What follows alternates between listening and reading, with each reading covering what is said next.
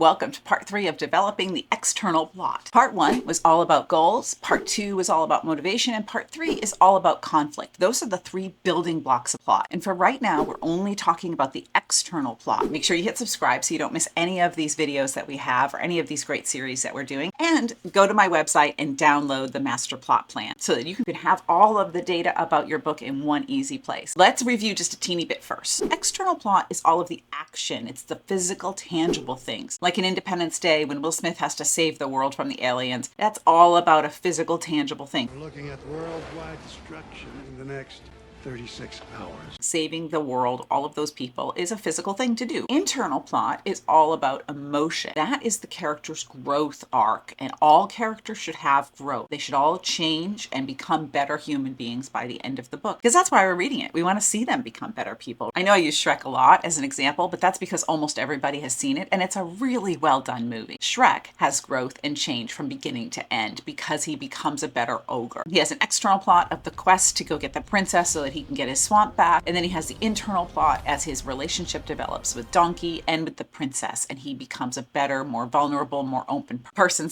/ ogre. So that's the basic difference between those two things. I just kind of want to give you these concepts in bite-sized amounts. We're going to be looking at section 3, conflict. One of the best tips I ever learned was that there should be conflict on every single page. And if you want an easy way of seeing if you have that or not, I suggest you download the highlighter method of learning to plot. That's also a free download on writingcompellingfiction.com. That will teach you how to analyze other books and then your own to see if you have conflict on every page. But before you do that, let's talk about what conflict is and what it's not. Why do you even need conflict? We don't really like it in our lives, but we definitely need it in the book. Because as I said, it forces the character to grow and change and to become a better human being by the end of the book. It also creates their actions because conflict is essentially roadblocks. It is the things that get in the character's way as they're trying to do whatever they're trying to do. So what is conflict? Not. And a lot of writers get this wrong, and I totally get it, because in our heads it seems like conflict should be these 3 things, but it's not. So conflict is not an argument. The argument can stem from conflict between the characters, like maybe they disagree on how to handle things, but you don't just want to have people arguing on the page. That doesn't move anything forward. If you've ever been caught in an argument, you know that for the most part, you and the other person you're arguing with are just kind of stuck in the mud, and nothing really changes. Nothing really moves forward. And what the conflict is designed to do in a book is to keep it moving forward. It's also not a delay that you don't necessarily have to have in the book. In Taken, if Liam Neeson's plane was delayed when he went to Paris, that's not a real conflict, because everything that is conflict is over there in Paris when he goes to look for his daughter. A plane delay, that would just be the viewer going, why are we sitting in an airport waiting 45 minutes for his flight to take off? So that kind of delay really doesn't work as a conflict. The third thing that conflict is not is a conversation that needs to be had. Now, yes, your character can hide some secrets and keep some things to themselves. But if there's one of those things where you're like, oh, just tell him already, that's the kind of conversation I'm talking about. If you've ever watched a soap opera, and my mother loved them when I was a kid, on Fridays, the soap operas would always go, I need to tell you, John, that your son is, and then that they would cut, and you'd have to come back on Monday to find out what the truth was that they were going to tell. It's a really kind of hokey way to hook the viewer, and people don't tend to really like it in books because they'll be looking at the character going, why don't you just have this conversation? Unless they have a really valid reason for keeping this information secret, they should be having those conversations. For your writing exercise, I want you to look at some kind of a don't or make up a don't and rewrite it as a do. In a second, we're going to talk about what conflict actually is and how it works. So maybe you'll watch the rest of the video first. Okay, so now I've told you everything that conflict isn't. What is it exactly? Number 1, first and foremost, conflict is something that is in opposition to the character's goal. It is all the things that are in opposition to their goal. In Independence Day, it has a whole lot of roadblocks in his way, like getting to the base in the first place. It's the alien. His friends get killed. There's all kinds of roadblocks that he has to overcome in order to get to the heart of that ship and kill the aliens. If you want an easy way to remember it, it's sort of like a football or soccer game. If you think about the running back who's trying to get that ball into the end zone, and he's got linebackers and defensive backs and quarterbacks, and I don't really know football or soccer very well, but he's got all these people in his way. And then he's got the grass he has to deal with. Is it slippery? Is it snowy? What's the weather like? Is it really cold? Is he dealing with an injury? Is he away? away as opposed to home, and so people aren't rooting for him. All of those things are conflicts that he has to overcome in order to get the ball into the end zone. And that's what the conflicts are like in your book. They're like a whole bunch of linebackers between your main character and their goal. If you need a refresher, video 1 talks about what the goal is. And the goal is basically the thing the character has to accomplish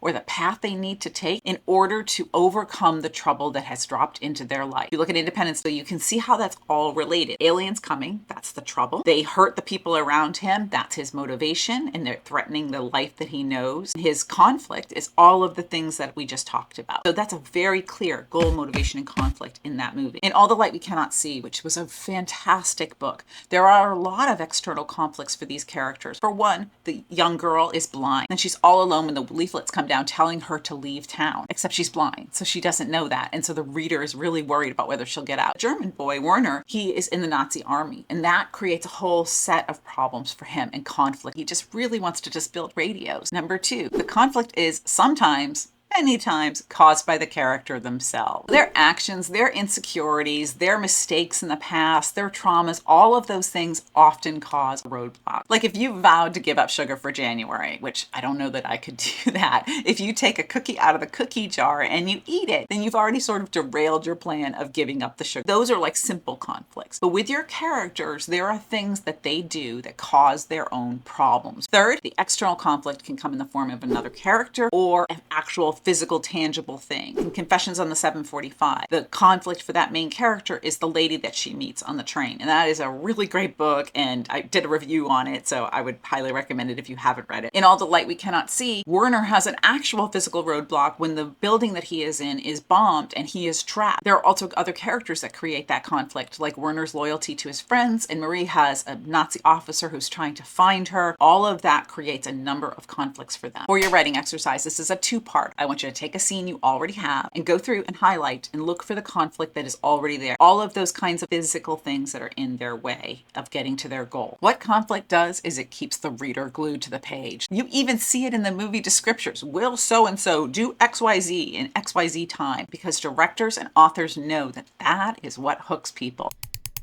Is worrying about, will it work out? Here is the final thing that you have to do for this whole video series, which I recommend you watch, Goals and Motivation, if you haven't done it yet, before you come back to this last writing exercise. I want you to create a sentence that will be the core of everything about your book. And what this sentence does is it helps you hone in on exactly what your story is about. The sentence is a really simple one, which can take some hours of plotting and planning to figure out. But once you have it, it really nails it down for you. It's on the last page of the free download that's on my website. Again, link below and also in the description. I want you to write down, my main character wants, and that's the goal, because, and that is their motivation, but, and then you fill in the blank with all of the conflicts that get in his way. So it's really simple. Wants, because, and but. These are the building blocks of your book. They're so critical. And we're going to get into some videos where we're going to talk about how you use them to create scenes and everything else. But I just want you to get the basics first, because once you have that, you've got a structure to work with. And when you have a structure to work with, you've got something to write. And if you've got something to write, I encourage you to come to our live stream events on Fridays, where we write together at 4 o'clock Eastern time and I answer questions. It's a great opportunity to pick my brain when you're working on your book. Next week, we're going to start delving into the internal plot, all that emotion that we've been talking about but haven't really gotten to yet. In the meantime, don't forget to subscribe. I appreciate you watching so much, and I will see you on the other side of the page.